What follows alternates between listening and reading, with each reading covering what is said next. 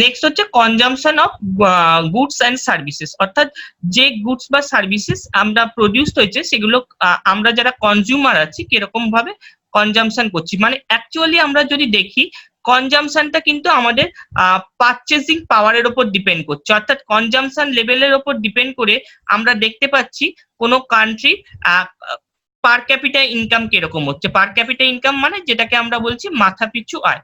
এই জায়গাগুলো, এই টার্মগুলো আমি পরে আসবো ন্যাশনাল ইনকাম চ্যাপ্টারে। পার ক্যাপিটা ইনকাম বলতে কি বোঝানো হচ্ছে এই জায়গাগুলো ডিটেলসে বলবো। অ্যাকচুয়ালি পার ক্যাপিটা ইনকাম বলা হচ্ছে মাথা পিছু আয়, অর্থাৎ টোটাল ন্যাশনাল ইনকামকে যখন কোনো কান্ট্রির টোটাল পপুলেশন দিয়ে ডিভাইড করছি তখন সেটাকে আমরা বলছি অ্যাকচুয়ালি পার ক্যাপিটা ইনকাম। সোজা কথায় আমরা ইকোনমিক্স কি বলছি? Economics is the social science that studies the production, distribution and consumption of goods and services। এই জায়গাটা কিন্তু মাথায় রাখতে হবে। নেক্সট যেটা আসবো আমরা, নেক্সট পয়েন্ট, সেটা হচ্ছে ফাদার অফ ইকোনমিক্স কাকে বলা হচ্ছে।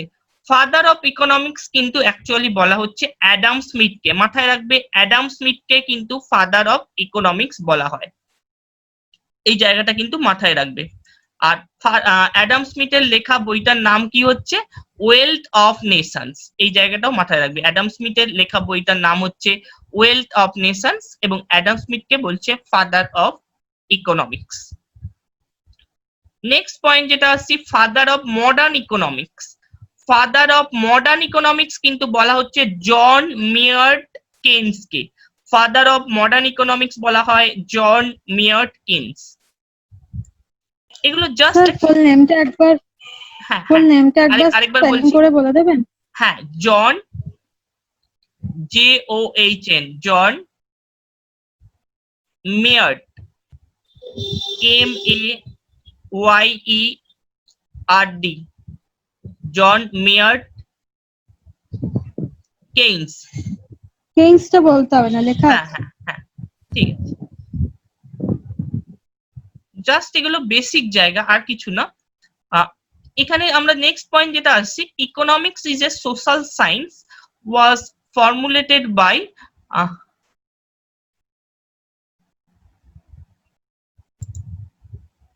আচ্ছা, economics is social science was formulated by Alfred Marshall. Alfred Marshall এই যে ইকোনমিক্স কি যে সোশ্যাল সায়েন্স, ফার্স্ট টাইম কে বলেছিলেন? এটা কিন্তু বলেছিলেন Alfred Marshall. Social science, Alfred মার্শালের লেখা বইটার নাম আমরা যদি দেখি সেটা কিন্তু হবে প্রিন্সিপাল অফ ইকোনমিক্স। এটা কিন্তু মাথায় রাখবে। অ্যালফ্রেড মার্শালের লেখা বইটার নাম হচ্ছে প্রিন্সিপাল অফ ইকোনমিক্স এবং অ্যালফ্রেড মার্শালকে কিন্তু বলা হচ্ছে অ্যালফ্রেড মার্শাল কিন্তু ইকোনমিক্স যে সোশ্যাল সায়েন্স ফার্স্ট টাইম বলেছিলেন অ্যালফ্রেড মার্শাল।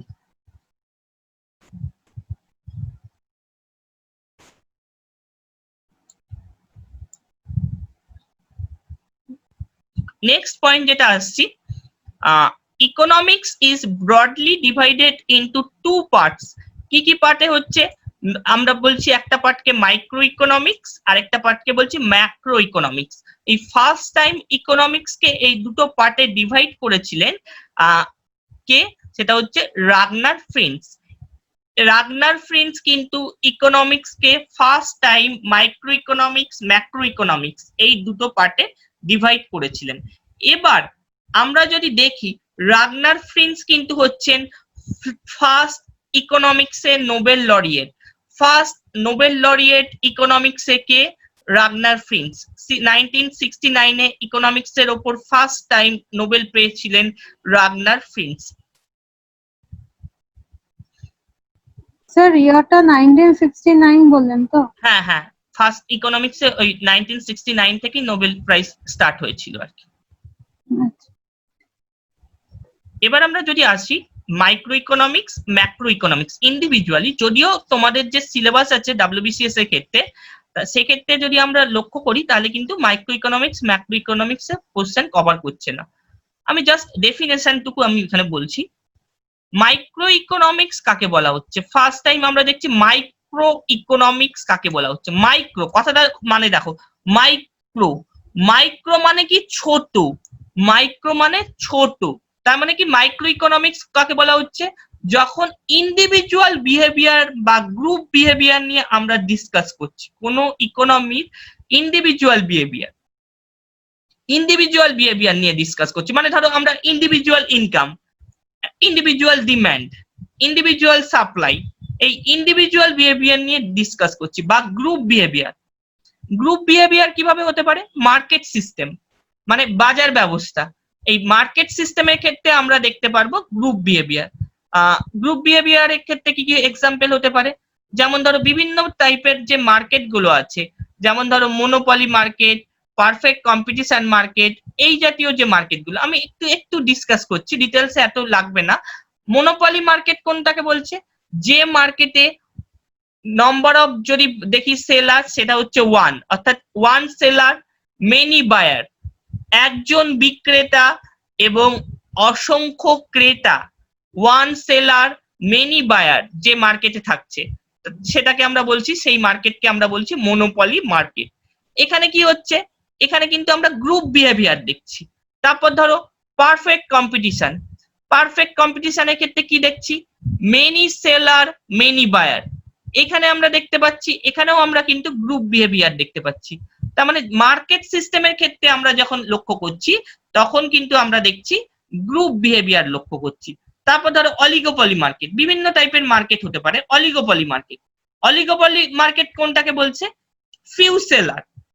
আমরা মোনোপলি মার্কেটে বললাম ওয়ান সেলার মেনি বায়ার, সেটাকে বলছি মোনোপলি মার্কেট, অর্থাৎ একজন বিক্রেতা কিন্তু ক্রেতার সংখ্যা অসংখ্য, এই মার্কেটকে আমরা বলি মোনোপলি মার্কেট। আমরা যদি দেখি পারফেক্ট কম্পিটিশন, সেখানে আমরা কি দেখবো? সেখানে আমরা লক্ষ্য করলে দেখতে পারবো many seller many buyer perfect কম্পিটিশনের ক্ষেত্রে।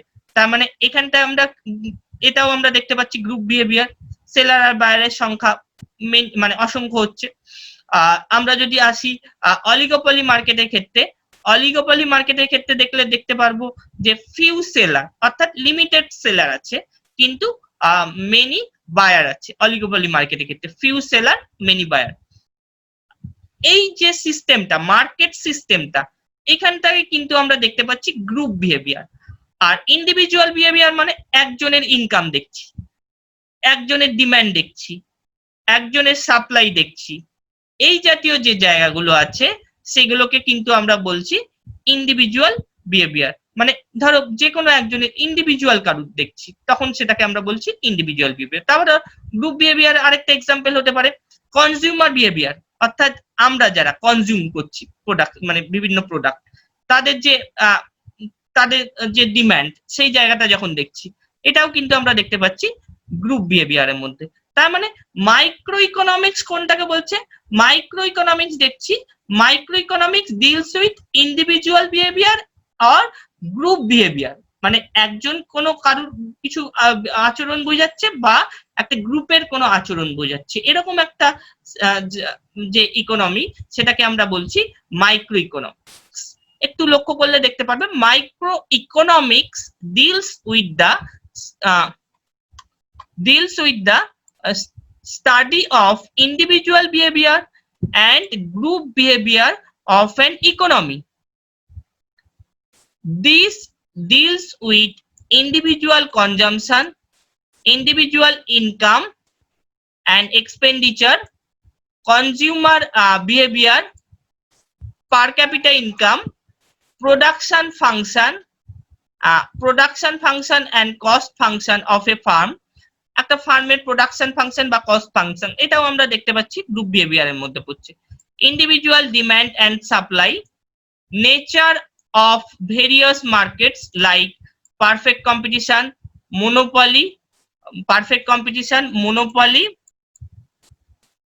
মোনোপলিস্টিক কম্পিটিশন, অলিগোপলি এক্সেট্রা। মানে এবার মোনোপলিস্টিক কম্পিটিশনের ক্ষেত্রে যদি আমরা দেখি, তাহলে কি দেখতে পারবো? মোনোপলিস্টিক কম্পিটিশনের ক্ষেত্রে একটু জেনে রাখো, এই জাতীয় জায়গায় আমরা দেখতে পাচ্ছি কিছু কিছু ক্যারেক্টারিস্টিক্স মোনোপলি মার্কেটের মতো, কিছু কিছু ক্যারেক্টারিস্টিক্স পারফেক্ট কম্পিটিশনের মতো।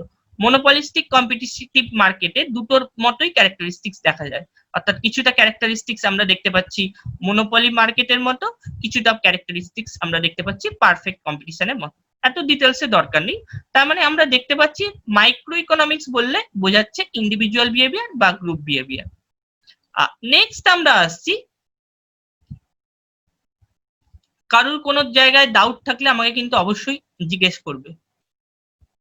নেক্সট আমরা আসছি ম্যাক্রো ইকোনমিক্স। ভালো করে দেখো, ম্যাক্রো ইকোনমিক্স।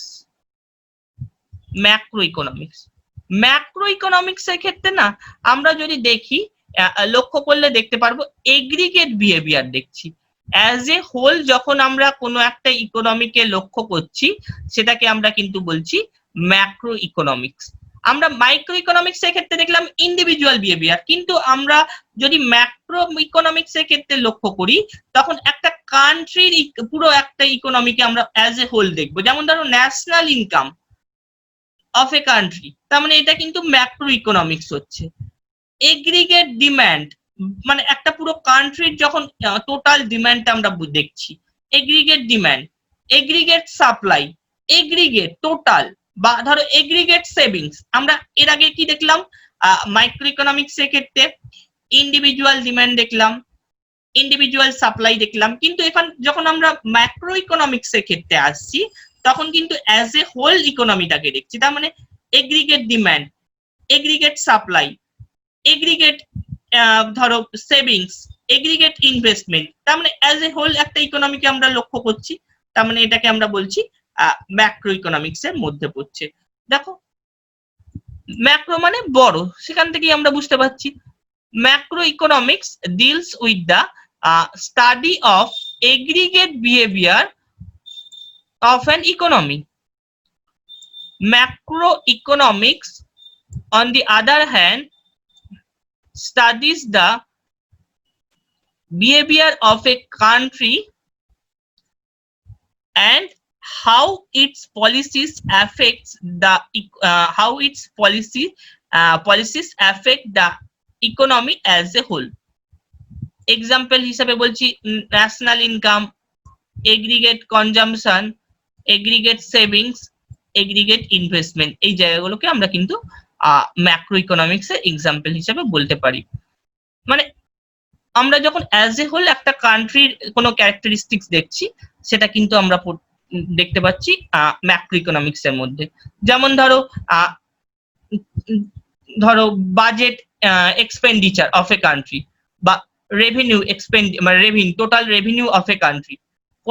কোন একটা কান্ট্রির টোটাল একটা ফাইন্যান্সিয়াল ইয়ারে টোটাল রেভিনিউ কত হলো, মানে টোটাল আয় কত হলো, বা বাজেট এক্সপেন্ডিচার কত, এই জায়গাগুলো বাজেট এক্সপেন্ডিচার, টোটাল রেভিনিউ, তার মানে এটা কি হচ্ছে একটা কান্ট্রির দেখছি যেহেতু, তার মানে এটাও কিন্তু ইনক্লুড করছি আমরা ম্যাক্রো ইকোনমিক্স এর মধ্যে।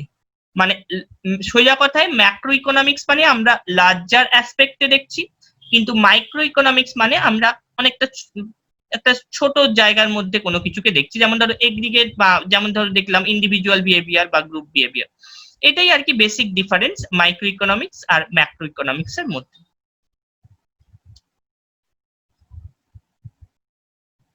আচ্ছা, নেক্সট যে জায়গাটায় আসবো, এবার আমরা যেটা আসবো সেক্টর ওয়াইজ। সেক্টর ওয়াইজ ইকোনমিকে যদি আমরা ডিভাইড করি, কি কি সেক্টর দেখতে পারবো আমরা? পরপর যদি পার্ট ওয়াইজ ইকোনমিকে ডিভাইড করি, কি দেখতে পারবো, কি কি সেক্টর দেখতে পারবো? নাম্বার 1 আমরা দেখতে পারবো প্রাইমারি সেক্টর বা ট্র্যাডিশনাল সেক্টর। নাম্বার 2 আমরা কি দেখবো? সেকেন্ডারি সেক্টর বা মডার্ন সেক্টর দেখতে পারবো। নাম্বার 3 আমরা কি দেখবো? টার্সিয়ারি সেক্টর দেখতে পারবো। মানে সেক্টর ওয়াইজ আমরা যখন ইকোনমিকে ডিভাইড করব, 3 ধরনের সেক্টর আমরা দেখতে পারবো। একটা হচ্ছে প্রাইমারি সেক্টর, একটা হচ্ছে সেকেন্ডারি সেক্টর, একটা হচ্ছে টার্সিয়ারি সেক্টর। এবার আমরা পার্ট বাই পার্ট আমরা যদি এক্সাম্পল গুলো আমরা দেখি, তাহলে কি দেখতে পারবো? প্রাইমারি সেক্টর, আমরা ফার্স্টে আসছি প্রাইমারি সেক্টর। প্রাইমারি সেক্টর বলতে আমরা কোনগুলোকে বুঝি?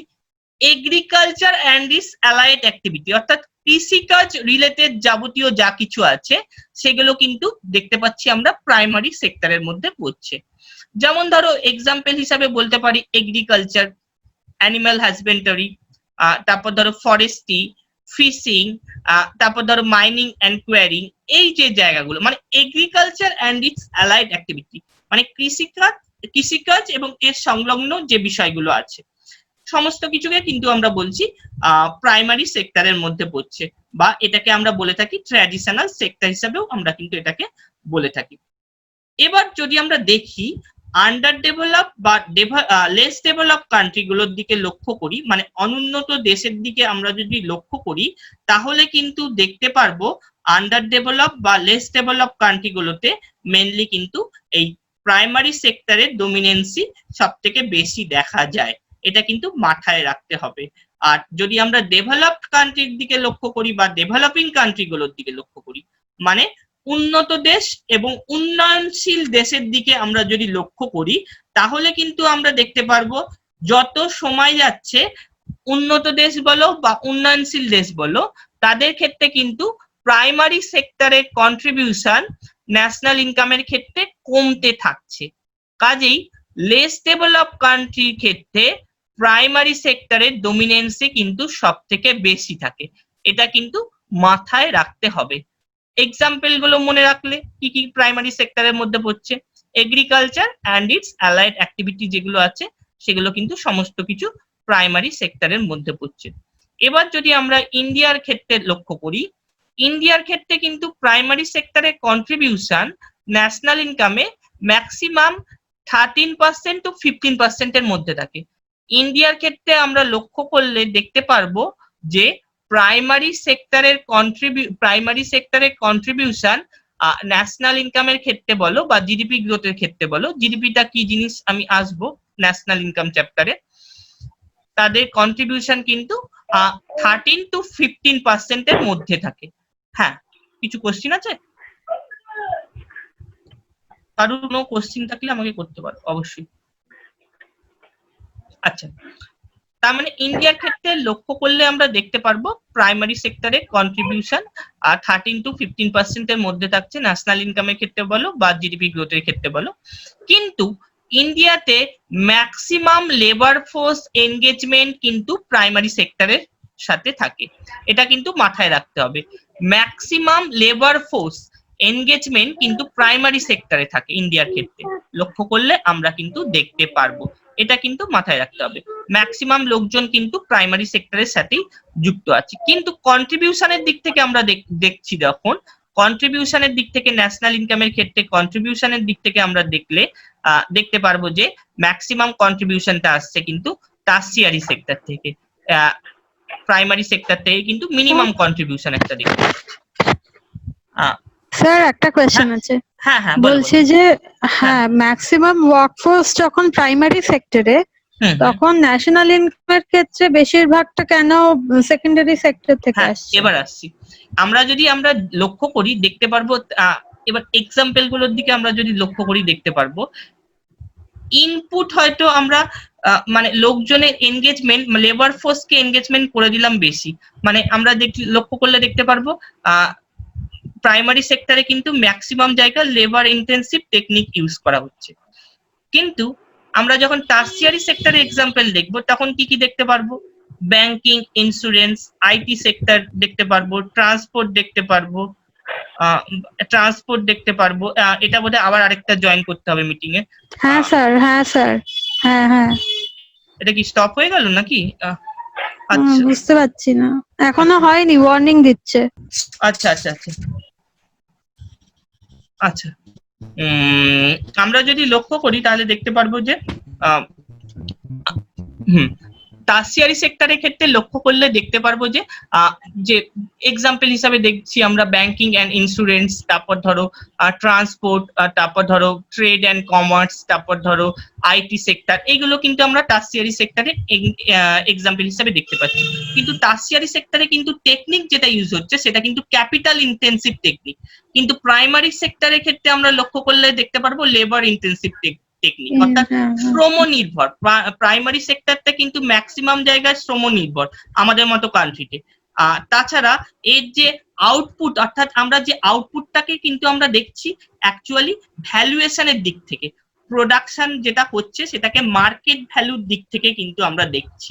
সেই দিক থেকে লক্ষ্য করলে দেখতে পারবো টারসিয়ারি সেক্টরের ক্ষেত্রে যে আউটপুটটা আসছে অর্থাৎ মার্কেট ভ্যালুয়েশনের দিক থেকে সেটা কিন্তু অনেক অনেক বেশি হচ্ছে প্রাইমারি সেক্টরের তুলনায়। কেননা একদিকে আমরা যেমন দেখছি ক্যাপিটাল ইন্টেন্সিভ টেকনিক ইউজ হচ্ছে টারসিয়ারি সেক্টরে, তার পাশাপাশি আউটপুট যে মার্কেট ভ্যালুয়েশনের দিক থেকে যে আউটপুটটা আসছে সেটা কিন্তু অনেক বেশি। এদিকে লেবার ফোর্স কম এনগেজমেন্ট হচ্ছে কিন্তু টেকনিক, ক্যাপিটাল ইন্টেন্সিভ টেকনিককে ইউজ করে হয়তো যে জায়গায় মানে ধরলাম ক্যাপিটাল ইন্টেন্সিভ টেকনিক যদি ইউজ না করা হতো তাহলে হয়তো 10 থেকে 12 জন কাজ করার দরকার হতো এক্সট্রা কোনো একটা জায়গায়, পার্টিকুলারলি একটা জায়গা, সেই একটা পার্টিকুলারলি একটা ক্যাপিটাল ইন্টেন্সিভ টেকনিক ইউজ করার জন্য হয়তো ওই জায়গায় 10-12 জনের কাজের সুযোগ কমে গেল। এরকমই আর কি টার্সিয়ারি সেক্টরের ক্ষেত্রে হচ্ছে, তার ফলে স্বাভাবিকভাবেই আউটপুটটা কিন্তু অনেকটা বেশি হচ্ছে টার্সিয়ারি সেক্টরের থেকে।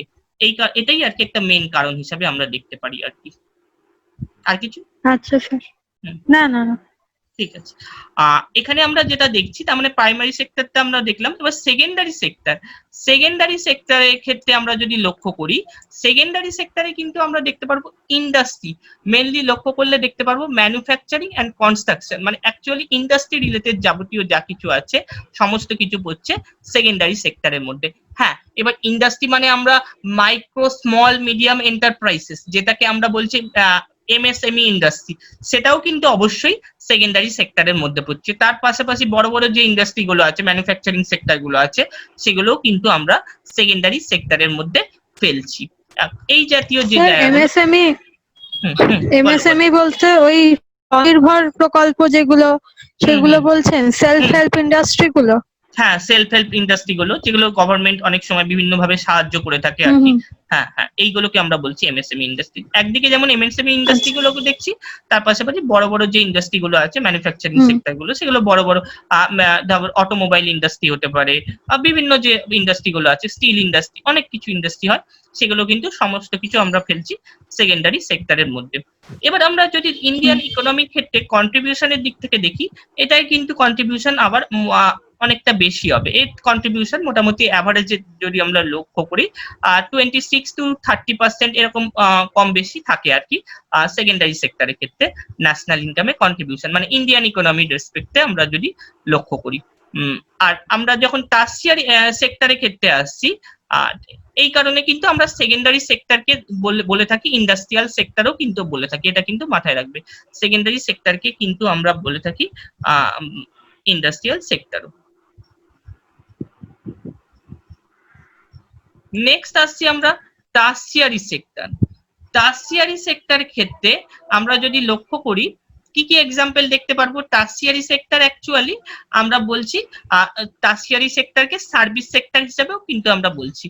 এর এক্সাম্পল গুলোর দিকে আমরা যদি লক্ষ্য করি কি কি দেখতে পারবো, transport communication, trade and commerce, health and education, banking and আরো কতগুলো ইনক্লুড করে নিও এর মধ্যে, আমি মুখে বলে দিচ্ছি। Banking and insurance, tertiary sector example banking and insurance, IT sector, banking and insurance, IT sector, এগুলোও কিন্তু আমরা দেখতে পাচ্ছি টার্সিয়ারি সেক্টরের মধ্যে। মানে tertiary sector consist of various services of an economy, the activities like trade and commerce, transport and communication, health and education, banking and insurance,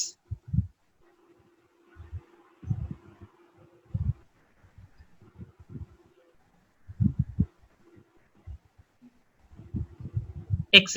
are included। তার মানে এখানে আমরা লক্ষ্য করছি টার্সিয়ারি সেক্টরের মধ্যে এই যে জায়গাগুলো আছে এগুলো পড়ছে। এবার আমরা একটা জায়গায় আছি, আমরা যদি লক্ষ্য করি এই যে লকডাউন পিরিয়ডে সব থেকে বেশি ক্ষতিগ্রস্ত হয়েছে, একটু চিন্তা ভাবনা করে বলতে পারবে কোন সেক্টরটা সব থেকে বেশি ক্ষতিগ্রস্ত হয়েছে?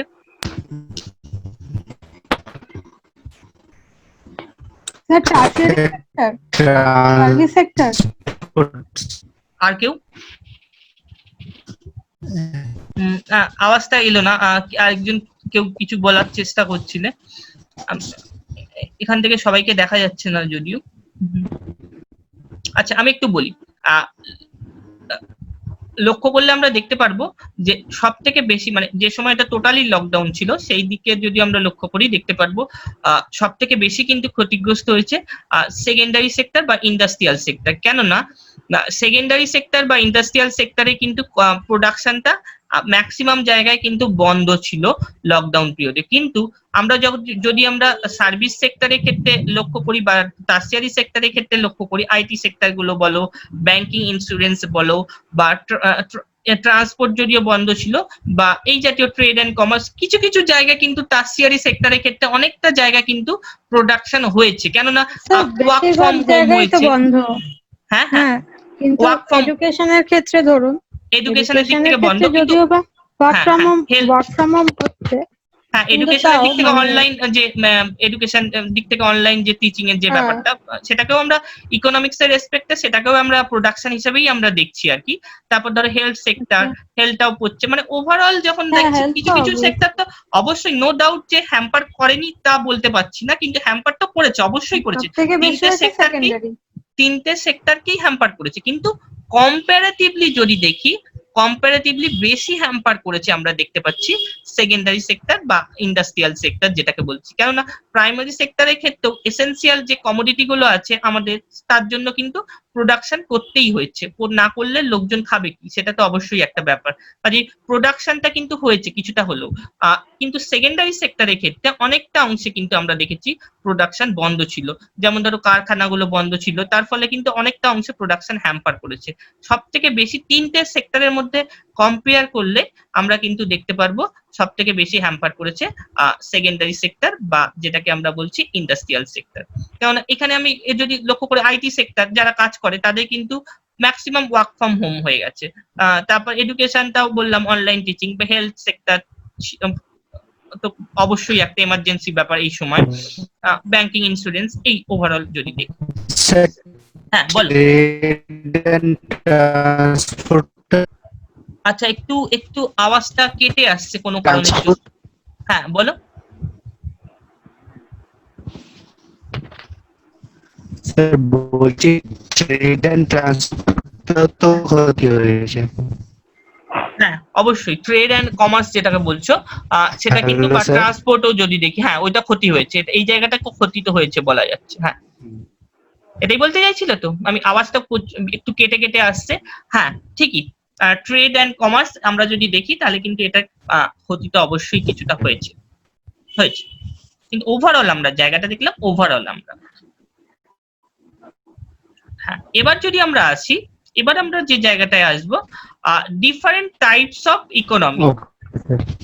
হ্যাঁ হ্যাঁ হ্যাঁ, এবার আমরা যেটা আসবো different types of economy.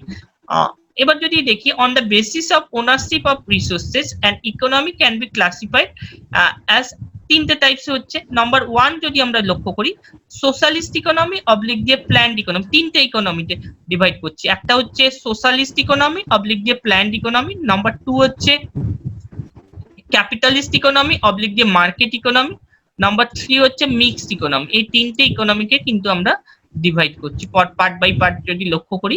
Ownership, on the basis of ownership of resources and economy can be classified as number one socialist, আমি ইন্ডিভিজুয়ালি যে ক্যারেক্টারিস্টিক্স আসছি এরপরে, এটাকে আরেকটা নামে আমরা দেখছি প্ল্যান্ড ইকোনমি।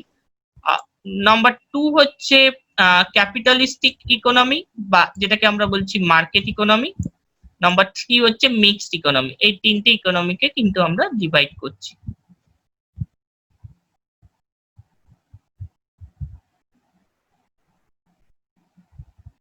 ফার্স্টে এবার আমরা যেটা আসছি প্রথমে, সেটা হচ্ছে সোশ্যালিস্ট ইকোনমি বা প্ল্যান্ড ইকোনমি। নাম্বার ওয়ান যেটা আমরা আসছি, সোশ্যালিস্ট ইকোনমি বা প্ল্যান্ড ইকোনমি। আচ্ছা আচ্ছা, সোশ্যালিস্ট ইকোনমির ক্ষেত্রে আমরা যদি লক্ষ্য করি, আমরা কোনটাকে সোশ্যালিস্ট ইকোনমি বলবো? মেনলি যে ইকোনমির ক্ষেত্রে গভর্নমেন্টের কন্ট্রোল দেখতে পাওয়া যাচ্ছে, যে ধরনের ইকোনমির ক্ষেত্রে টোটালি গভর্নমেন্টের কন্ট্রোল দেখা যাচ্ছে, সেই ধরনের ইকোনমিকে কিন্তু আমরা বলে থাকি সোশ্যালিস্ট ইকোনমি, বা বাংলায় যেটাকে বলা হয় সমাজতান্ত্রিক অর্থনীতি। পুরোপুরি গভর্নমেন্টের নিয়ন্ত্রণ থাকছে যে ইকোনমিটা, বিভিন্ন দিক থেকে বিভিন্ন ব্যাপারে স্টেট ইন্টারভেনশন বা গভর্নমেন্টের ইন্টারভেনশন দেখা যাচ্ছে। এবার যদি দেখি ফ্যাক্টরস অফ প্রোডাকশন যেগুলো আছে, সেগুলোও কিন্তু গভর্নমেন্টের, সেগুলোতেও কিন্তু গভর্নমেন্টের ওনারশিপ দেখতে পাওয়া যাচ্ছে। যে যে প্রয়োজনীয় প্রোডাকশন করতে গেলে যে যে ফ্যাক্টরস গুলো লাগে, সেগুলোর ক্ষেত্রেও এই সোশ্যালিস্ট ইকোনমির দিকে তাকালে গভর্নমেন্টের ওনারশিপ দেখতে পাওয়া যাচ্ছে। সমস্ত ব্যাপারে গভর্নমেন্টের একটা রেগুলেশন দেখা যাচ্ছে, এই কারণে কিন্তু এটাকে বলা হচ্ছে প্ল্যান্ড ইকোনমি। সোশ্যালিস্ট ইকোনমিকে কিন্তু প্ল্যান্ড ইকোনমিও বলা হয়, বা এর আরেকটা নাম কিন্তু হয়ে থাকে কমান্ড ইকোনমি। এটা কিন্তু খেয়াল রাখবে, আরেকটা নাম কিন্তু সোশ্যালিস্ট ইকোনমির আরেকটা নাম হচ্ছে কমান্ড ইকোনমি। একটু যদি আমরা লক্ষ্য করি দেখবো যে if in an economy economic institutions in economic institutions engaged in production and distribution are owned and controlled by the state. State বলতে এখানে কিন্তু গভর্নমেন্টকে বলা হচ্ছে। If in an economic institutions engaged in production and distribution are owned and controlled by the state, or it is an extreme cases of an economy where resources are fully occupied by the government, মানে resources যেগুলো আছে, মানে natural resources, production করার জন্য যে resources গুলো দরকার সেগুলো কিন্তু গভর্নমেন্ট অকুপাই করে রেখেছে এই ইকোনমিকে। এটাই হলো সোশ্যালিস্টিক ইকোনমি বা প্ল্যান্ড ইকোনমি। এই জাতীয় ইকোনমির যদি এক্সাম্পল আমরা লক্ষ্য করি, সোশ্যালিস্টিক যে কান্ট্রি গুলো আছে বা কমিউনিস্ট যে কান্ট্রি গুলো আছে সেখানে কিন্তু আমরা দেখতে পারবো, যেমন ধরো চায়না বা ধরো রাশিয়া, ইউএসএসআর বা রাশিয়া যেটাকে বলছে, এই জাতীয় এক্সাম্পল কিন্তু দেখা যাচ্ছে। একটু ফিচার্স এর দিকে যদি আমরা লক্ষ্য করি, সোশ্যালিস্টিক ইকোনমির ফিচার্স এর দিকে যদি আমরা তাকাই, তাহলে দেখতে পারবো যে it is a planned economy. Number 1 হচ্ছে it is a planned economy. Number 2 হচ্ছে in such an economy the government is the most important decision maker. In number 2 কি হচ্ছে in such an economy the government is the most important decision maker, মানে government যে decision নেবে সেটাই কিন্তু final. কোনো private ownership ধরো আছে, তার কিন্তু ডমিনেন্সি এই ধরনের ইকোনমিতে সেরকম ভাবে দেখতে পাওয়া যাবে না। নো ডাউট প্রাইভেট কোনো ওনারশিপ থাকতেই পারে, কোনো কোম্পানির ক্ষেত্রে প্রাইভেট ওনারশিপ থাকতেই পারে, কিন্তু তার উপর কিন্তু একটা সবসময় গভর্নমেন্টের রেগুলেশন থাকবে এই সোশ্যালিস্টিক ইকোনমির ক্ষেত্রে।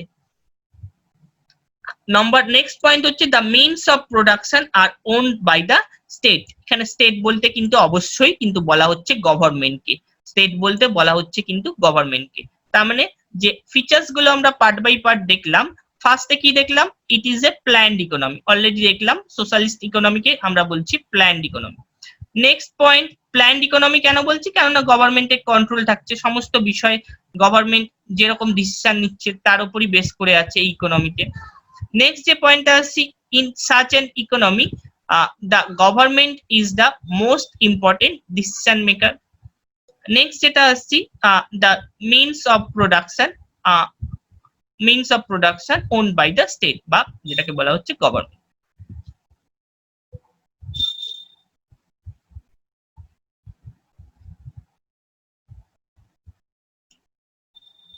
নেক্সট আমরা আসছি সোশ্যালিস্টিক ইকোনমি। এটা হয়ে গেল, কারোর কোনো ডাউট থাকলে বলতে পারো।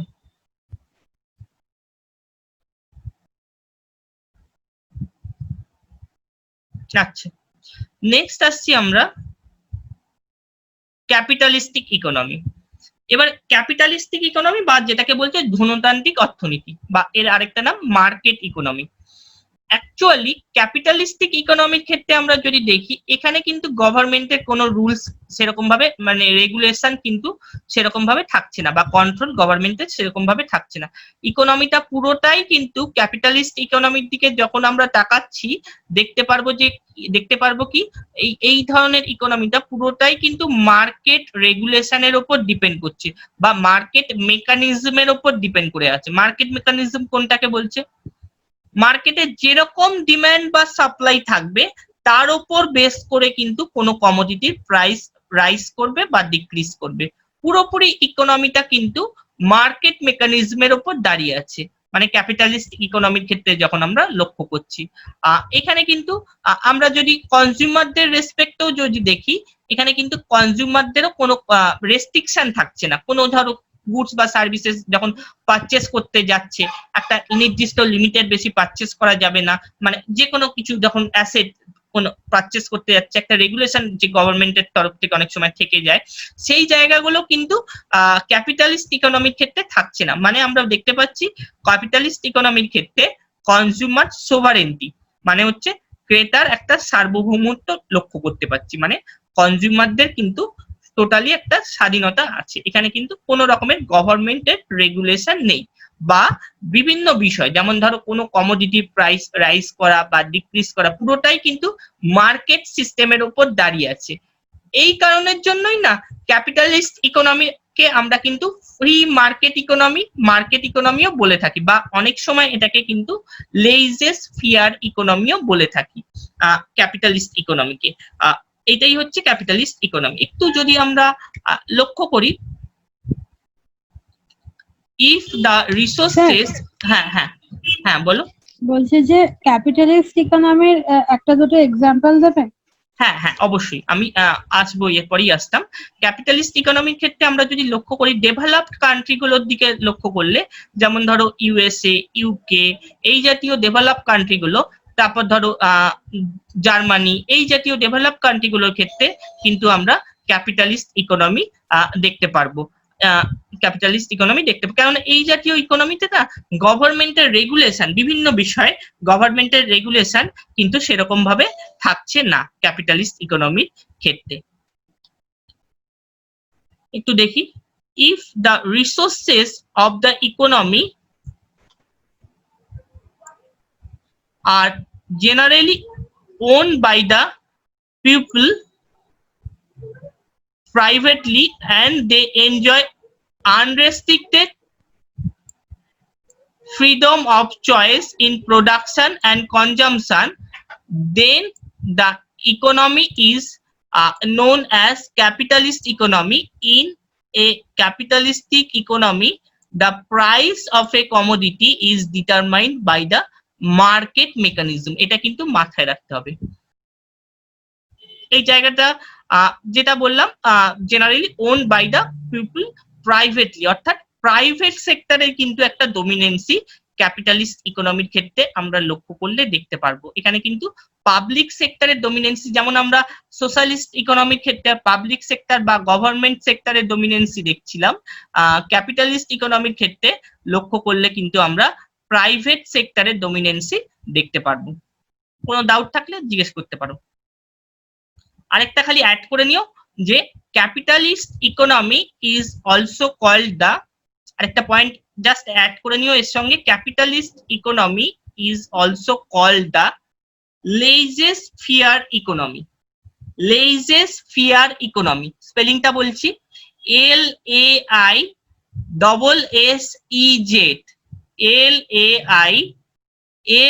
LAISSEZ, LAISSEZ, laissez faire, FAIRE, laissez faire economy, LAISSEZ, laissez faire, FAIRE, laissez faire economy. এটাই মানে ক্যাপিটালিস্ট ইকোনমিকে আমরা লেইজেস ফেয়ার ইকোনমিও বলছি। হ্যাঁ বল। স্যার লেইজেস ফেয়ার এর কি পার্টিকুলার কোনো মানে আছে নাকি ওটা কোনো ইকোনমিক্স? হ্যাঁ, অ্যাকচুয়ালি লেইজেস ফেয়ার ইকোনমি মানে আমরা বলতে পারছি যদি ইকোনমিটা টোটালি মার্কেট ফোর্সের উপর ডিপেন্ড করে, মার্কেটে যেরকম ডিমান্ড বা সাপ্লাই থাকে তার উপর বেস করে যেহেতু আমরা দেখতে পাচ্ছি কমোডিটি প্রাইস রাইজ করছে বা ডিক্রিজ করছে, এরকম একটা ব্যাপার দেখতে পাচ্ছি। গভর্নমেন্টের কোনো ধরনের রেগুলেশন আমরা দেখতে পাচ্ছি না, এই কারণেই কিন্তু এটাকে আমরা লেইজেস ফেয়ার ইকোনমি বলছি। আলাদা করে মিনিং নেই, কিন্তু যেই ধরনের ইকোনমিতে কোনো কন্ট্রোল থাকছে না, সেই ধরনের মানে গভর্নমেন্টের কন্ট্রোল, সেই জাতীয় ইকোনমিটাকে আমরা লেইজেস ফেয়ার ইকোনমি বলছি ইকোনমিক্স এর টার্মে যদি দেখি।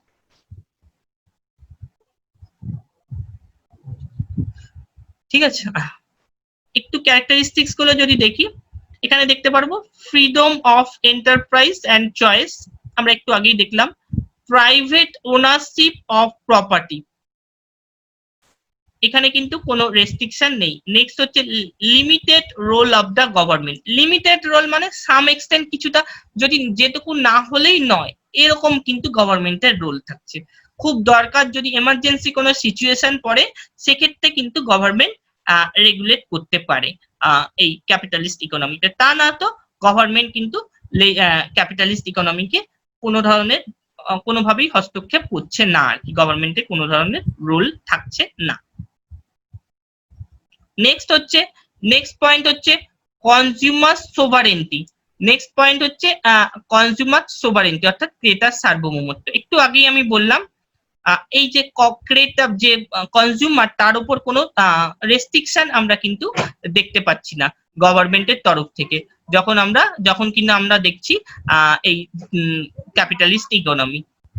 আর নেক্সট পয়েন্ট হচ্ছে in a capitalist economy the price of a commodity is determined by the market mechanism. একটু আগেই বললাম মার্কেটে যেরকম ডিমান্ড বা সাপ্লাই থাকবে কোনো কমোডিটির সেরকম তার উপর বেস করে কিন্তু কোনো কমোডিটির প্রাইস আচ্ছা বোধহয় নেক্সট ইয়েতে জয়েন করতে হবে। তার উপর কিন্তু কোনো কমোডিটি যদি কোথাও কারোর যদি শোনা না যায় বা কোনো ডিস্টার্ব হয় বলবে, তাহলে আমি নেক্সট যে একটা আইডি দিয়েছে আমাকে সেটাতে জয়েন করব।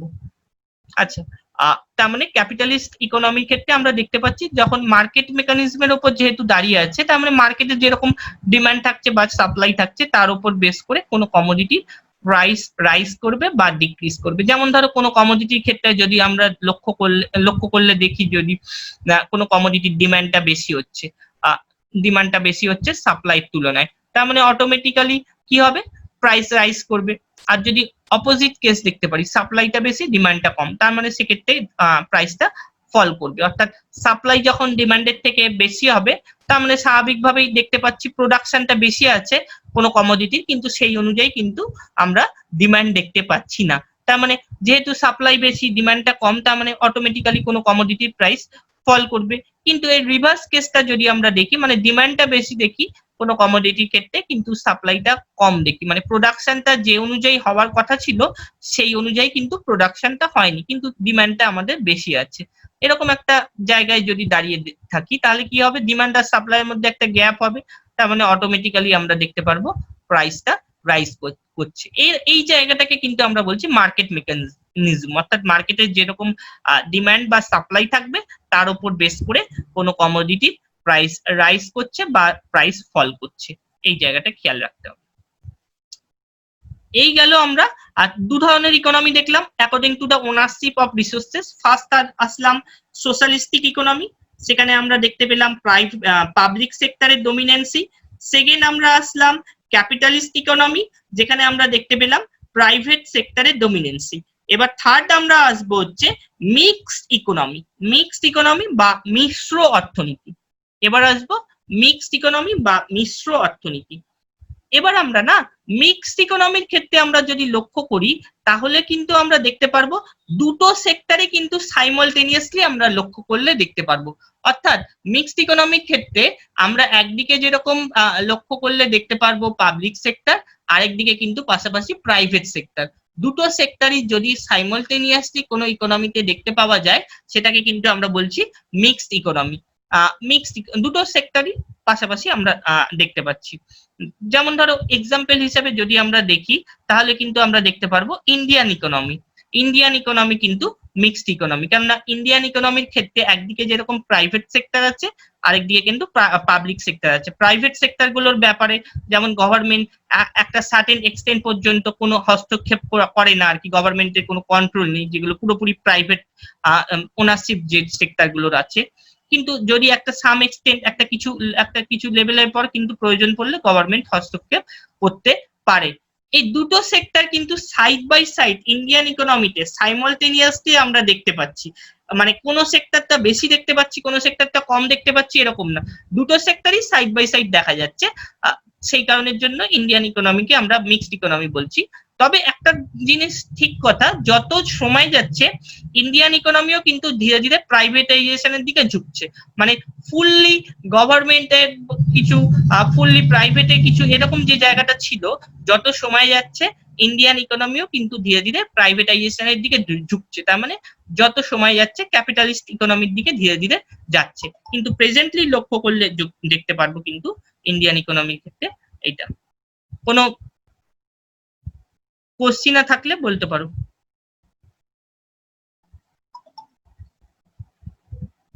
আচ্ছা, কেটে গেছে লাইনটা না। আচ্ছা, শোনা যাচ্ছে কিনা একটু বলো তো আমাকে। কোনো কোশ্চেন? হ্যাঁ স্যার Yes, শোনা sir. যাচ্ছে।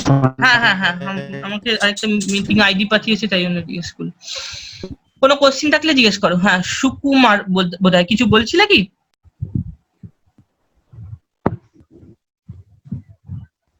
No, sir. আচ্ছা, এই অবধি ক্লিয়ার হলো পুরো? হ্যাঁ স্যার। তার মানে এখানে মিক্সড ইকোনমির ক্ষেত্রে আমরা দেখতে পাচ্ছি mixed economy is Yes, sir. such an economy is such an economy in which both the public and private sector prevail simultaneously। অর্থাৎ দুটো সেক্টরই কিন্তু আমরা সাইমultaneously দেখতে পাচ্ছি। একদিকে যেরকম আমরা দেখতে পাচ্ছি পাবলিক সেক্টর দেখতে পাচ্ছি, আরেকদিকে আমরা দেখতে পাচ্ছি প্রাইভেট সেক্টর। দুটো সেক্টরই আমরা সাইমultaneously দেখতে পাচ্ছি। India opted for mixed economy in industrial policy of 1948। এটা কিন্তু মাথায় রাখবে, 1948 এর ইন্ডাস্ট্রিয়াল যে পলিসি ছিল, আমরা এটা ডিটেলসে আসবো ইন্ডাস্ট্রি চ্যাপ্টারে। ফার্স্ট ইন্ডাস্ট্রিয়াল পলিসি এটাকে বলা হচ্ছে। 1948 এর ইন্ডাস্ট্রিয়াল পলিসিটাকে ফার্স্ট ইন্ডাস্ট্রিয়াল পলিসি বলা হচ্ছে। এই 1948 এর ইন্ডাস্ট্রিয়াল পলিসির ওপর বেস করে কিন্তু ইন্ডিয়া মিক্সড ইকোনমি হয়েছে। কেননা ইনিশিয়ালি যখন ইন্ডিয়ান ইকোনমি যখন আফটার ইন্ডিপেন্ডেন্স, ইন্ডিয়ান ইকোনমির ক্ষেত্রে লক্ষ্য করলে দেখতে পারবো এটা কিন্তু আন্ডার ডেভেলপড আর স্ট্যাগনেন্ট ছিল। অর্থাৎ ইন্ডিয়ান ইকোনমি কিন্তু টোটালি আন্ডার ডেভেলপড ইকোনমি ছিল এবং স্ট্যাগনেন্ট। এখানে কিন্তু সেরকম ভাবে mixed economy, fully mixed economy তখন কিন্তু আমরা বলতে পারছি না ইন্ডিপেন্ডেন্সের পরপর। কিন্তু একটা সময় পরে, মানে মেনলি আমরা যদি লক্ষ্য করি সেকেন্ড 5 ইয়ার প্ল্যানের সময় থেকে ইন্ডিয়ান ইকোনমি কিন্তু ধীরে ধীরে এই মিক্সড ইকোনমি পলিসিটা নিতে শুরু করলো, অর্থাৎ মিক্সড ইকোনমির দিকে ঝুঁকতে শুরু করলো। এইটা কিন্তু কার উপর বেস করে হয়েছে? 1948 এর ইন্ডাস্ট্রিয়াল যে পলিসি ছিল তার উপর বেস করে কিন্তু ইন্ডিয়ান ইকোনমি মিক্সড ইকোনমি হয়েছে। এটা কিন্তু মাথায় রাখবে। আর 1948 এর ইন্ডাস্ট্রিয়াল পলিসিটাকে কিন্তু বলা হচ্ছে ফার্স্ট ইন্ডাস্ট্রিয়াল পলিসি। 1948 এর ইন্ডাস্ট্রিয়াল পলিসিটাকে বলা হচ্ছে ফার্স্ট ইন্ডাস্ট্রিয়াল পলিসি। এই ফার্স্ট ইন্ডাস্ট্রিয়াল পলিসি স্টার্ট হয়েছে 1948 এ।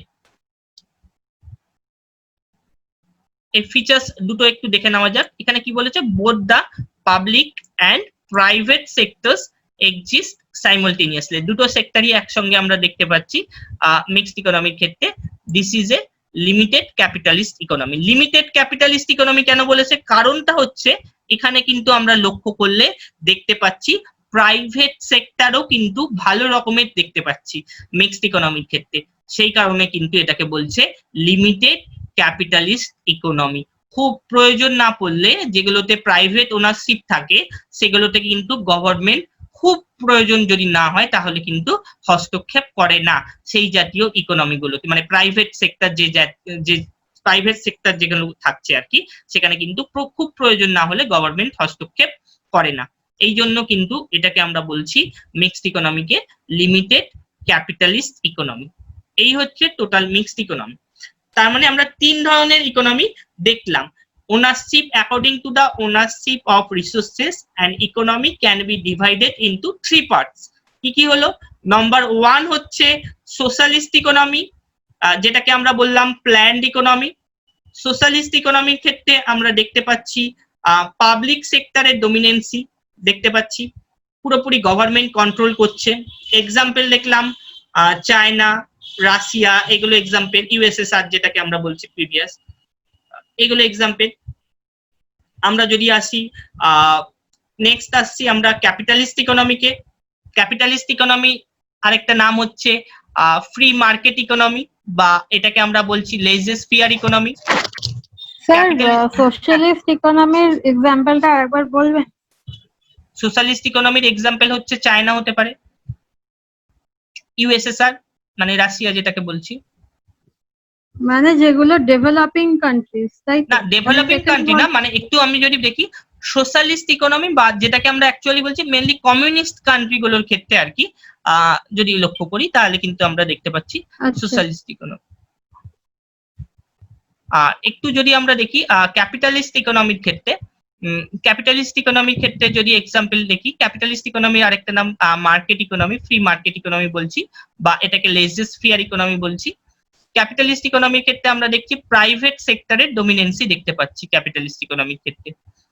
এক্সাম্পল হিসাবে আমরা যদি লক্ষ্য করি ক্যাপিটালিস্ট ইকোনমি, তাহলে আমরা কি দেখতে পারবো, মেনলি ডেভেলপড কান্ট্রি যেগুলো আছে, যেমন ধরো ইউএসএ, ইউকে, জার্মানি, এই জাতীয় যে ইকোনমি গুলো আছে সেগুলোকে কিন্তু আমরা বলছি ক্যাপিটালিস্ট ইকোনমির এক্সাম্পল। নেক্সট আমরা আসছি মিক্সড ইকোনমি। মিক্সড ইকোনমির ক্ষেত্রে কিন্তু আমরা পাবলিক সেক্টর, প্রাইভেট সেক্টর দুটোই যদি সাইমultaneously সাইড বাই সাইড দেখা যায় তাহলে কিন্তু আমরা দেখতে পাচ্ছি মিক্সড ইকোনমি। অর্থাৎ একদিকে যেরকম পাবলিক সেক্টর আছে আরেকদিকে সেরকম প্রাইভেট সেক্টর আছে। যেমন এক্সাম্পল হিসাবে আমরা বলছি ইন্ডিয়ান ইকোনমি মিক্সড ইকোনমির ক্ষেত্রে। এই হচ্ছে 3 ধরনের ইকোনমি। এবার আমরা নেক্সট আসছি closed economy versus open economy. এবার আসছি আমরা next closed economy versus open economy.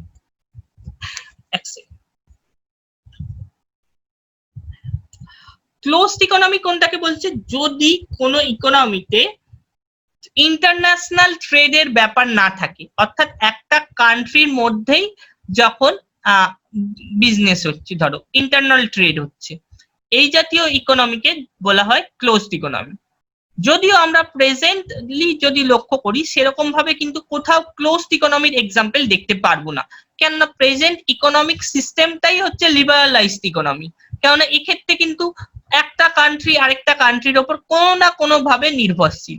কাজেই প্রেজেন্ট এক্সাম্পলের নিরিখে আমরা কিন্তু ক্লোজড ইকোনমি দেখতে পারবো না, কেননা এক্সপোর্ট ইম্পোর্ট হবেই, যে কোনো ভাবেই হোক একটা দেশ আরেকটা দেশের ওপর কিছু না কিছু ভাবে নির্ভরশীল। কেননা একটা কান্ট্রি তো সমস্ত কিছু প্রোডাকশন করতে পারে না, তার মানে স্বাভাবিকভাবেই কিন্তু আমরা দেখবো ইম্পোর্ট করতে হচ্ছে কিছু না কিছু। তার মানে সেক্ষেত্রে কিন্তু ক্লোজড ইকোনমির এক্সাম্পল কোনো কান্ট্রির ক্ষেত্রেই আমরা দেখতে পাচ্ছি না।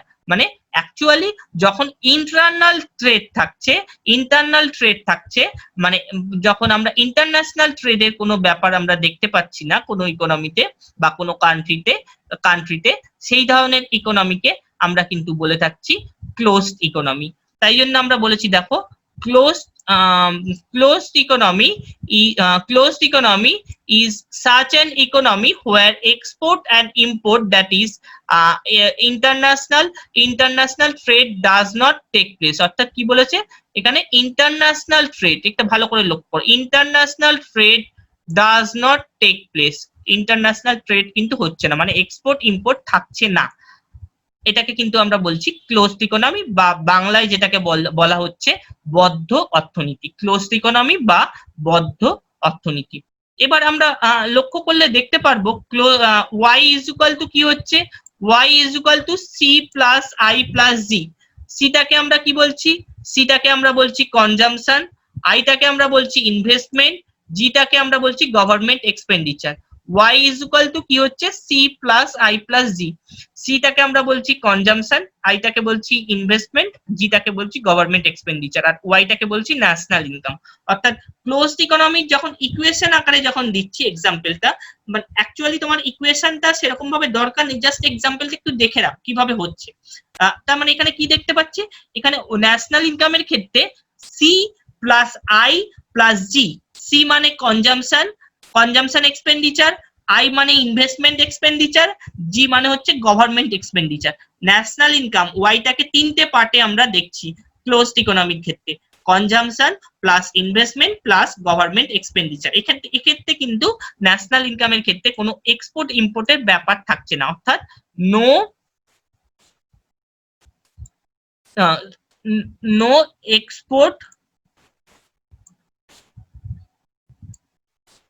export and import, no export and import and import। এই জাতীয় জায়গাটা কিন্তু আমরা কোনোভাবেই দেখতে পাচ্ছি না, এক্সপোর্ট বা ইম্পোর্টের যে ব্যাপারটা সেটাটা কিন্তু ক্লোজড ইকোনমির ক্ষেত্রে আমরা কোনোভাবেই দেখতে পাচ্ছি না। কিন্তু আমরা যখন ওপেন ইকোনমির ক্ষেত্রে আসছি, এবার দেখো ওপেন ইকোনমির ক্ষেত্রে আমরা কি দেখতে পাচ্ছি, open economy is such an economy where export and import take place। That is international trade take place. আগেরটাকে বললাম, আমি কি বললাম, ক্লোজড ইকোনমির ক্ষেত্রে ইন্টারনাল ট্রেড হচ্ছে, এক্ষেত্রে ইন্টারন্যাশনাল ট্রেডের কোনো ব্যাপার থাকছে না ক্লোজড ইকোনমি যখন হচ্ছে।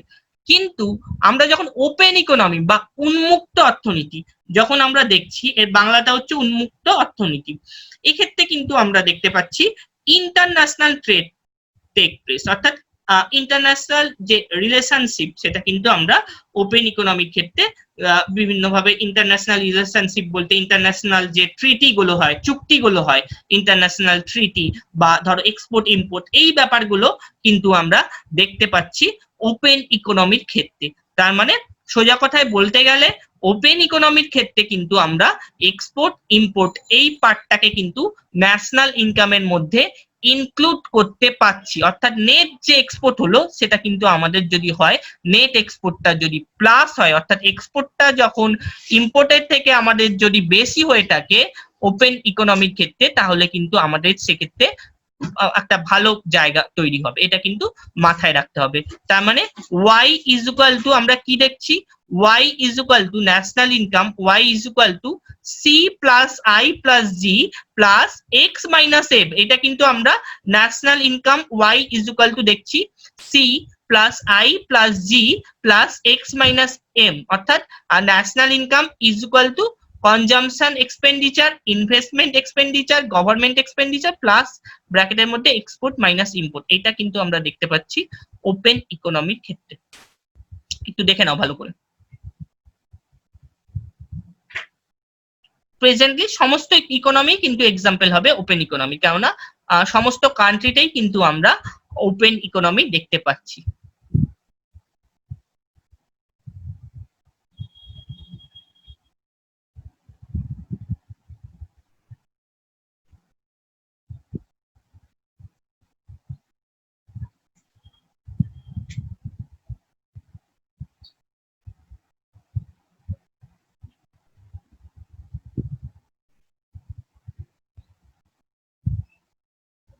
এটা আমি যেটা বললাম একটু আগে, যখন ওপেন ইকোনমির ক্ষেত্রে ভ্যালু অফ এক্সপোর্ট, এক্সটাকে আমরা বলছি, দেখো দেখো ভালো করে, এক্সটাকে বলছি ওপেন ইকোনমির ক্ষেত্রে এক্সপোর্ট, এমটাকে বলছি আমরা ইম্পোর্ট।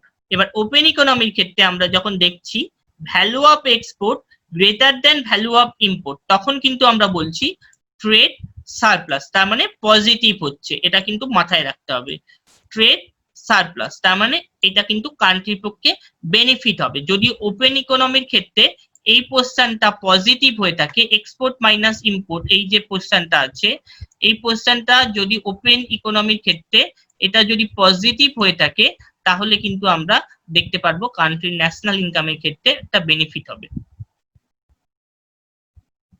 যখন আমরা দেখতে পাচ্ছি ওপেন ইকোনমির ক্ষেত্রে value of export less than value of import, এই যে জায়গাটা আছে এরকম একটা সিচুয়েশন দেখতে পাচ্ছি, তখন কিন্তু আমরা বলছি ট্রেড ডেফিসিট হচ্ছে।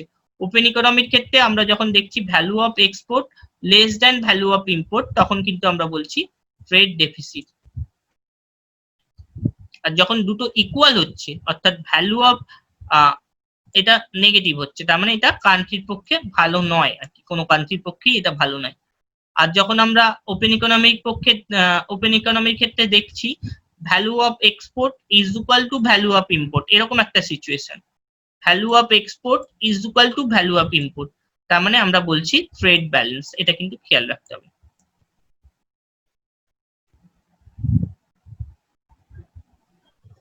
হ্যাঁ স্যার, এটা কান্ট্রির ক্ষেত্রে কেমন ইমপ্যাক্ট ফেলছে? কোনটা বলো?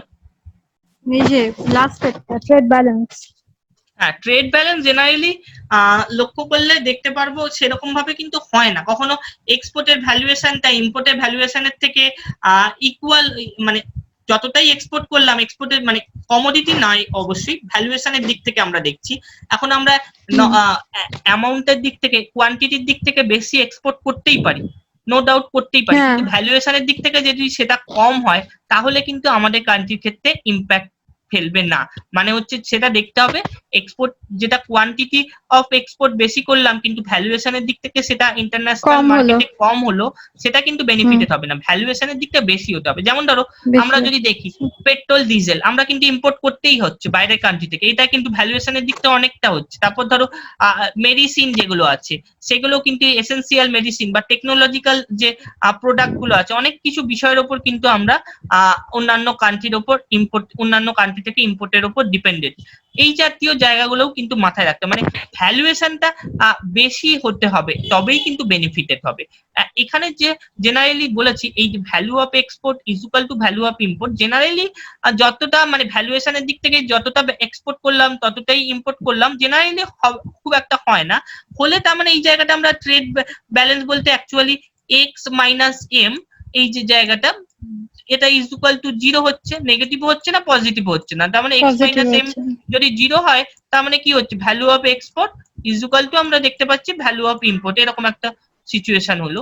মানে এখানটায় এই জায়গাটা অটোমেটিক্যালি 0 হয়ে যাচ্ছে, এই জায়গাটা যেটা আমি এটা X minus M greater than করে সেটাই, এটা তখন সেক্ষেত্রে আমরা হয়তো এরকম একটা সিচুয়েশনে 0 হলো।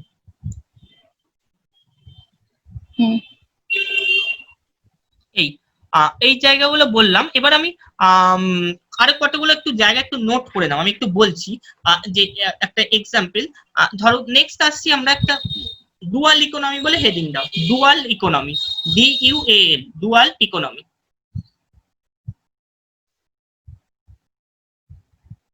অ্যাকচুয়ালি আমি একটু বলি ডুয়াল ইকোনমি বা বাংলায় যেটাকে বলছে দ্বৈত অর্থনীতি, ডুয়াল ইকোনমি বা দ্বৈত অর্থনীতি এটা কি?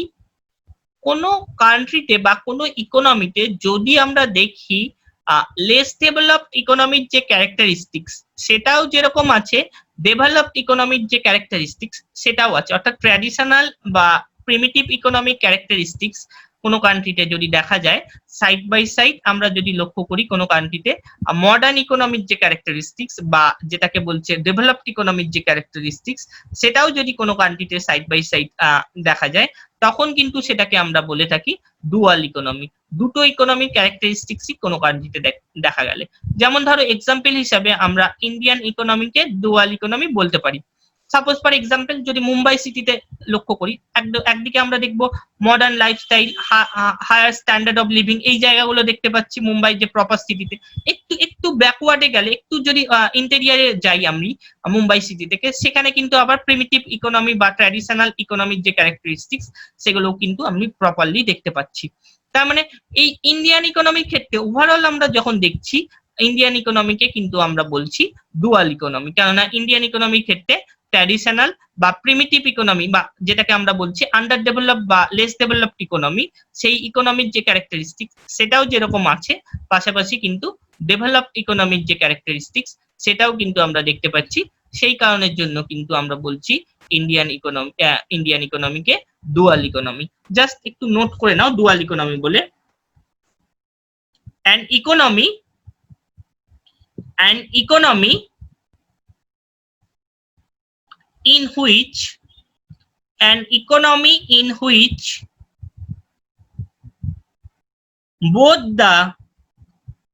an economy in which both the traditional system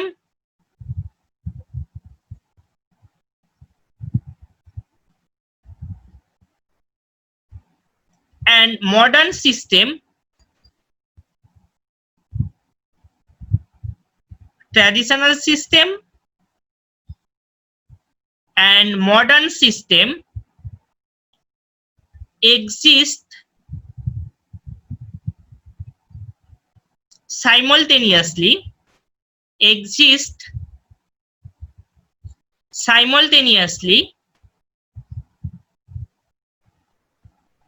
is said to be dual economy,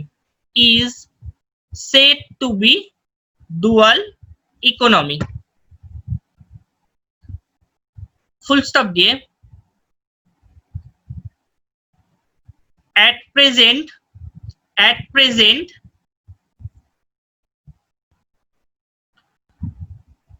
the Indian economy is characterized by a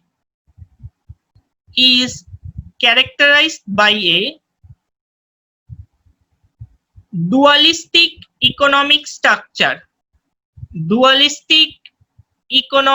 structure where a modern economy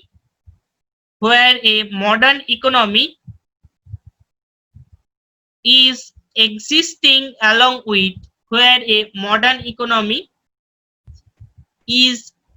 existing along with a primitive traditional economy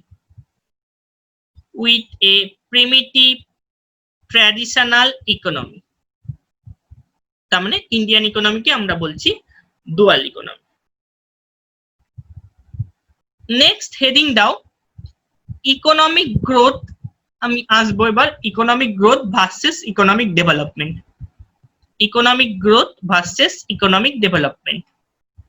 আমি এবার যেটা আসবো সেটা হচ্ছে economic growth.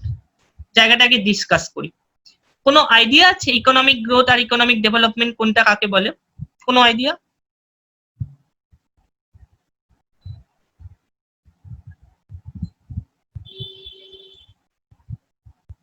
আচ্ছা আমি বলছি, actually economic growth বা অর্থনৈতিক বৃদ্ধি বলতে আমরা যখন বোঝাচ্ছি তখন কিন্তু আমরা নিউমেরিক্যাল টার্ম দেখছি, মানে নিউমেরিক্যাল টার্মে এমন কিছু জায়গা দেখছি যেখানে আমরা বুঝতে পারছি কোনো কান্ট্রির ডেভেলপমেন্ট হয়েছে। যেমন ধরো রিয়েল পার ক্যাপিটা ইনকাম বা মাথাপিছু আয় যেটাকে বলছে, বা GDP growth rate of a country, এই জাতীয় কোনো কিছু যখন বোঝাচ্ছে, মানে এগুলোকে দেখে আমরা বুঝতে পারছি কোনো কান্ট্রির ইমপ্রুভমেন্ট হয়েছে ওভারঅল প্রিভিয়াস ফাইন্যান্সিয়াল ইয়ারের তুলনায় কোনো কান্ট্রির জিডিপি গ্রোথ রেট ধরো ইনক্রিজ করেছে। তার মানে আমরা বুঝতে পারছি কোনো কান্ট্রির ইমপ্রুভমেন্ট হয়েছে।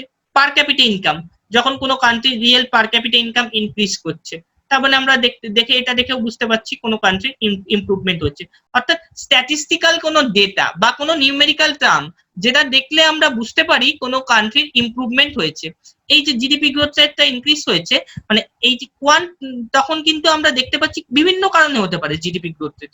সেদিকে যেমন সেই ইনক্রিজ হওয়ার পেছনে যেমন আমরা কোয়ালিটি রিসোর্সেসও দেখতে পাচ্ছি, কোয়ান্টিটি রিসোর্সেসও দেখতে পাচ্ছি, টেকনোলজিক্যাল ইমপ্রুভমেন্টও দেখতে পাচ্ছি। বিভিন্ন কারণে কোনো কান্ট্রির জিডিপি গ্রোথ রেট বাড়তে পারে, বা ধরো রিয়েল ন্যাশনাল ইনকাম ইনক্রিজ করতে পারে, পার ক্যাপিটা ইনকাম ইনক্রিজ করতে পারে। কিন্তু আমরা যখন দেখছি ইকোনমিক গ্রোথ তখন কিন্তু আমরা সবসময় লক্ষ্য করছি নিউমেরিক্যাল টার্মে কোনো কিছু হচ্ছে। সেই কারণের জন্য ইকোনমিক গ্রোথকে কিন্তু আমরা বলছি কোয়ান্টিটেটিভ অ্যাসপেক্টে ইউজ হচ্ছে। ইকোনমিক গ্রোথকে কিন্তু আমরা বলছি কোয়ান্টিটেটিভ অ্যাসপেক্টে ইকোনমিক গ্রোথ কিন্তু ইউজ হচ্ছে, এটাকে আমরা বললাম ইকোনমিক গ্রোথ। কিন্তু আমরা যখন এবার দেখছি ইকোনমিক ডেভেলপমেন্ট, তখন কি দেখছি? Economic development means economic growth with socio-economic changes and infrastructural changes of an economy। মানে ইকোনমিক ডেভেলপমেন্টের ক্ষেত্রে কিন্তু ইকোনমিক গ্রোথটা থাকছে, এটা কিন্তু চলে যাচ্ছে না। ইকোনমিক গ্রোথটা থাকবে, তার সাথে কিছু পার্ট অ্যাড হবে। কি অ্যাড হবে? সোশিও ইকোনমিক চেঞ্জেস, অর্থাৎ আর্থ সামাজিক পরিবর্তন, বা ইনফ্রাস্ট্রাকচারাল চেঞ্জেস, বা যেটাকে বলছে পরিকাঠামোগত পরিবর্তন। কোনো কান্ট্রির সোশিও ইকোনমিক চেঞ্জেস বা ইনফ্রাস্ট্রাকচারাল চেঞ্জেস, এই যে পার্টটা যখন ইকোনমিক গ্রোথের সাথে অ্যাড হবে তখন কিন্তু পাবো আমরা ইকোনমিক ডেভেলপমেন্ট বা অর্থনৈতিক উন্নয়ন। এটা কিন্তু মাথায় রাখতে হবে। তার মানে দুটোর মধ্যে আমরা যদি ডিফারেন্স দেখি তাহলে কিন্তু দেখতে পারবো ইকোনমিক ডেভেলপমেন্টটা কিন্তু ব্রডার অ্যাসপেক্টে ইউজ হচ্ছে। কেন না? ইকোনমিক ডেভেলপমেন্ট কিন্তু ইকোনমিক গ্রোথ ছাড়া পসিবল হচ্ছে না। ইকোনমিক গ্রোথটাও কিন্তু ইকোনমিক ডেভেলপমেন্টের মধ্যে ইনক্লুড করা আছে। তার মানে ইকোনমিক গ্রোথ বলছি plus socio economic changes and infrastructural changes of an economy. কিন্তু ইকোনমিক গ্রোথটা কিন্তু ন্যারোয়ার কনসেপ্ট ইউজ করা হচ্ছে ইকোনমিক ডেভেলপমেন্টের তুলনায়। কেননা এখানে শুধুমাত্র কোয়ান্টিটেটিভ অ্যাসপেক্ট ইউজ হচ্ছে, নিউমেরিক্যাল কোনো টার্ম দেখে আমরা বুঝতে পারছি কোনো কান্ট্রির ইমপ্রুভমেন্ট হচ্ছে, বা স্ট্যাটিস্টিক্যাল কোনো ডেটা দেখে আমরা বুঝতে পারছি কোনো কান্ট্রি কতটা প্রিভিয়াস ফাইন্যান্সিয়াল ইয়ারের তুলনায় ইমপ্রুভমেন্ট হলো। এটাকে আমরা বলছি অ্যাকচুয়ালি ইকোনমিক গ্রোথ। কিন্তু ইকোনমিক ডেভেলপমেন্ট হলে আমরা দেখতে পাচ্ছি একদিকে কোয়ান্টিটেটিভ অ্যাসপেক্ট ইউজ হচ্ছে প্লাস কোয়ালিটেটিভ অ্যাসপেক্টে। যেমন ধরো সোশিও ইকোনমিক চেঞ্জেস, এটা কিন্তু ইউজ করা হচ্ছে কোয়ালিটেটিভ অ্যাসপেক্টে।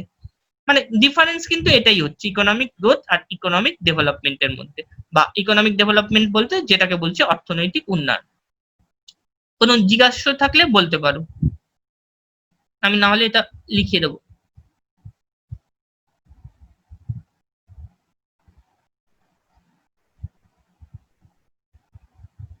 আচ্ছা, ইকোনমিক গ্রোথ বলে হেডিং দাও, ইকোনমিক গ্রোথ।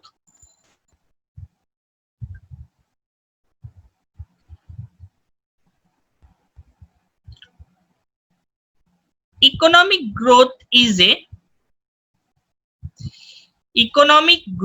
is a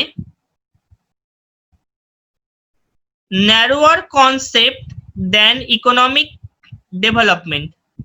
আরেকবার রিপিট করছি,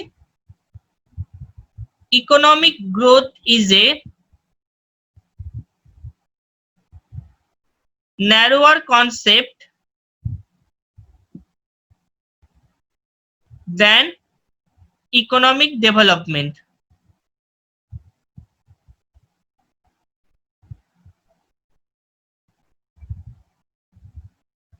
Full stop দিয়ে, it is an increase in a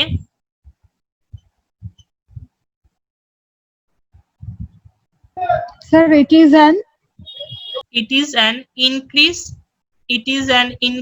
in a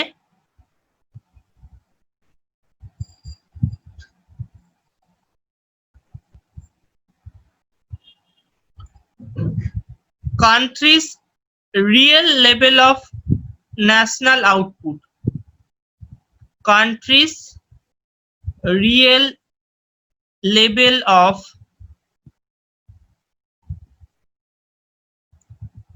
national output.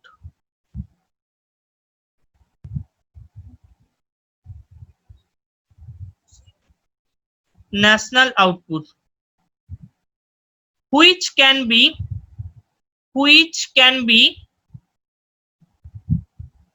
caused by an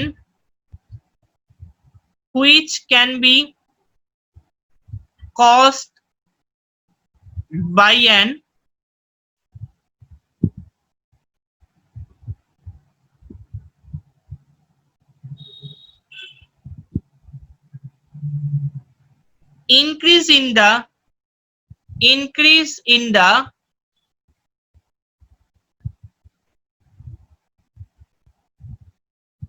quality of resources, increase in the quality of resources, quality of resources এর মধ্যে example হিসাবে হতে পারে education, ব্র্যাকেটের মধ্যে লিখতে পারো by education bracket close,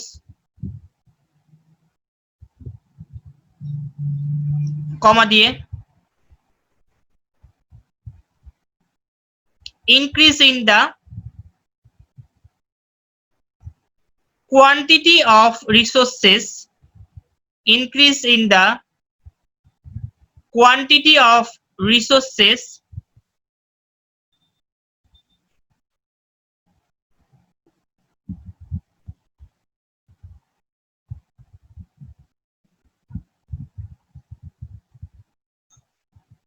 and improvement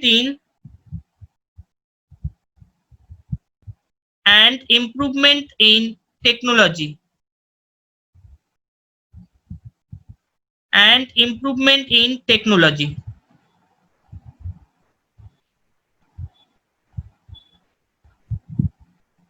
full stop দিয়ে,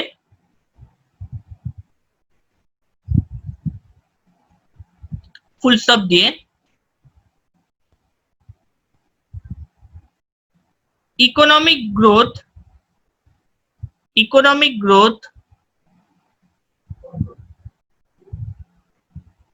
can be measured by an increase in a country's GDP. Increase in a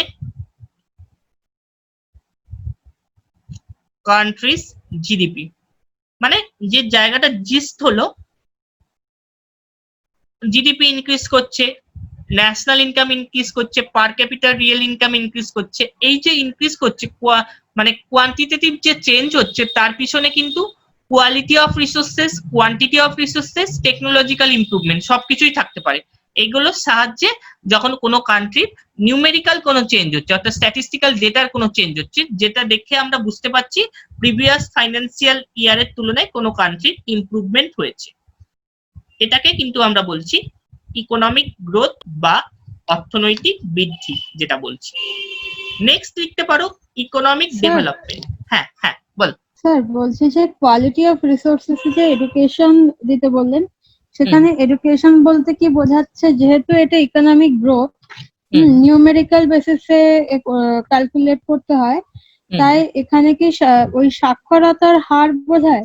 exactly, কোন বছর থেকে কতটা সাক্ষরতার হার বাড়লো কি কমলো এরকম বোঝায়? হ্যাঁ, এটা কি আমরা মানে ইকোনমিক্স এর রেসপেক্টে যখন আমরা দেখছি তখন কিন্তু এইগুলোকেই দেখছি, মানে ওভারঅল যখন ইকোনমিক রেসপেক্ট দেখছি এখানে লিটারেসি রেট, এডুকেশন যদি কোয়ালিটি, যদি এডুকেশনের কোয়ালিটি যত ইমপ্রুভমেন্ট করবে তার মানে অটোমেটিক্যালি লিটারেসি রেট বাড়বে, এই জায়গাগুলো দেখছি আমরা, এটাই। আর এবার আমরা আসছি যে জায়গাটায় সেটাকে হচ্ছে ইকোনমিক ডেভেলপমেন্ট। ইকোনমিক ডেভেলপমেন্ট বলে হেডিং দাও। Economic development of a country means economic development of a country means economic growth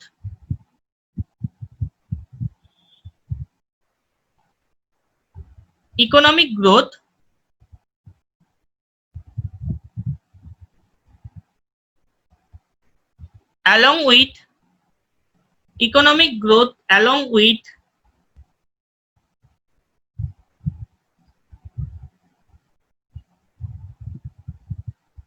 socio-economic changes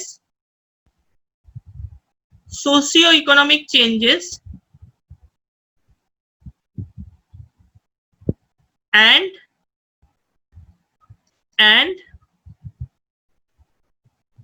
infrastructural changes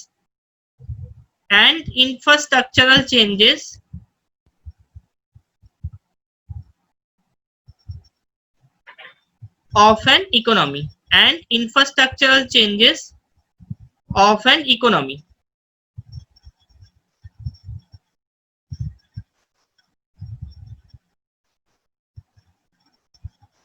এটাই, মানে এটা লক্ষ্য করলেই দেখতে পাচ্ছি ইকোনমিক ডেভেলপমেন্ট কিন্তু ইকোনমিক গ্রোথ ছাড়া পসিবল হচ্ছে না। কাজেই আমরা বলতে পারছি ইকোনমিক ডেভেলপমেন্ট ব্রডার অ্যাসপেক্টে ইউজ হচ্ছে ইকোনমিক গ্রোথের তুলনায়, মানে ইকোনমিক গ্রোথ হলেই তবেই ইকোনমিক ডেভেলপমেন্ট হচ্ছে। আজকে মোটামুটি এই অবধি আপাতত করালাম আর কি। নেক্সট ক্লাসে আমি এইগুলো রিলেটেড আর কি এমসিকিউ কোশ্চেন নিয়ে ডিসকাস করব। এই যে টপিক গুলো করালাম আর কি, বেসিক কনসেপ্ট অফ ইকোনমিক্স, এই রিলেটেড যে যাবতীয় যা এমসিকিউ আছে একটু দেখে রাখবে এই চ্যাপ্টারটা। আমি যেগুলো আর কি ক্লাসে করালাম এটাই আর কি ডিটেলসে দেখবে, যেগুলো করালাম আমি এটার উপরে এমসিকিউ কিছু কোশ্চেন নিয়ে ডিসকাস করব। আর নেক্সট তারপরে আমি ন্যাশনাল ইনকাম চ্যাপ্টারে যাব আর কি। হ্যাঁ বল।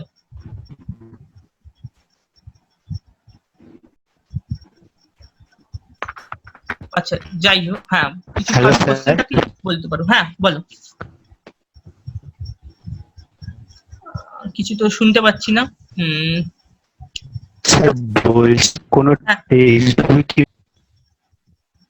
আরেকবার বলো।